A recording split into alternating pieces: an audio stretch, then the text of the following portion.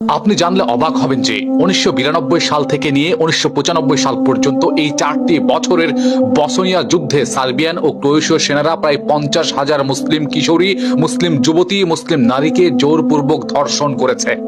তাদের একে একে গাড়িতে তুলে পাঠানো হতো সার্ব অধ্যুষিত এলাকাগুলোতে, যেখানে তাদের উপর চালানো হতো যৌন নিপীড়ন, অত্যাচার, নির্যাতন, ভয়ঙ্কর কিছু। শুধু কারাগার বা বন্দি শিবিরগুলোতে ধর্ষণ করা হতো এমন নয়, বরং ঘরে, বাইরে, রাস্তাঘাটে সব জায়গায়। কারণ এটা ছিল জাতিগত মুসলিম নিধনের সুদূরপ্রসারী টার্গেটের একটি অন্যতম এজেন্ডা। তাই সুনির্দিষ্টভাবে মুসলিম নারীদের নির্বিচারে গণধর্ষণ করা হয়েছিল।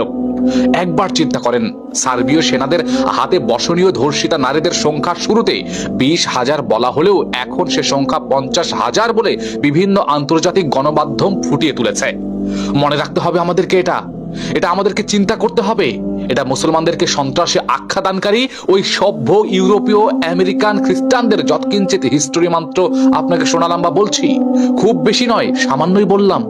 আফসোসজনক হলেও সত্য, এই ক্রোয়েশীয় দলকে, ফুটবলার ক্রোয়েশীয় দলকে বিশ্বকাপে একটু নাচানাচি, মাতামাতি করতে দেখলেই আমরা উল্লাসে মেতে উঠি। আমরাই নাকি মুসলমান? হায় রে ইমান! কই গেল আমাদের উম্মাহ চেতনা, উম্মাহ বোধ, আত্মপরিচয়ের সংকট থেকে কাটিয়ে আত্মপরিচয়ের গৌরব?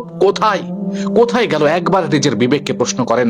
যারা আপনার মাকে, আপনার বোনকে, আপনার বউকে, আপনার মেয়েকে, আপনার সকল নারীকে যারা ধর্ষণ করেছে, এবং ওই সময়কার যারা জন্ম নিয়েছিল বাচ্চারা, তাদের মায়েরা তাদেরকে বলতো, যাও ক্রোয়েশিয়াতে, যাও সেখানে গিয়ে জিজ্ঞেস করো, তুমি কি আমার পিতা, তুমি কি আমার বাবা, তুমি কি আমার জন্মদাতা?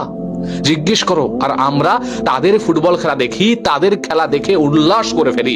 আমরা কি গতবারের আগের বার দেখলাম না একটা বার, যখন তারা বিশ্বকাপের সেমিফাইনাল অথবা আরো একটা রাউন্ড পার হয়ে চলে গিয়েছিল, তখন কতই না উল্লাস করেছিল এই মুসলিমরা, এই উম্মাহরা? কেন? আমরা কি নিজের ইতিহাস জানবো না, শিখবো না? আমাদের আত্মমর্যাদার গৌরব কোথায় চলে গেল? কোথায়?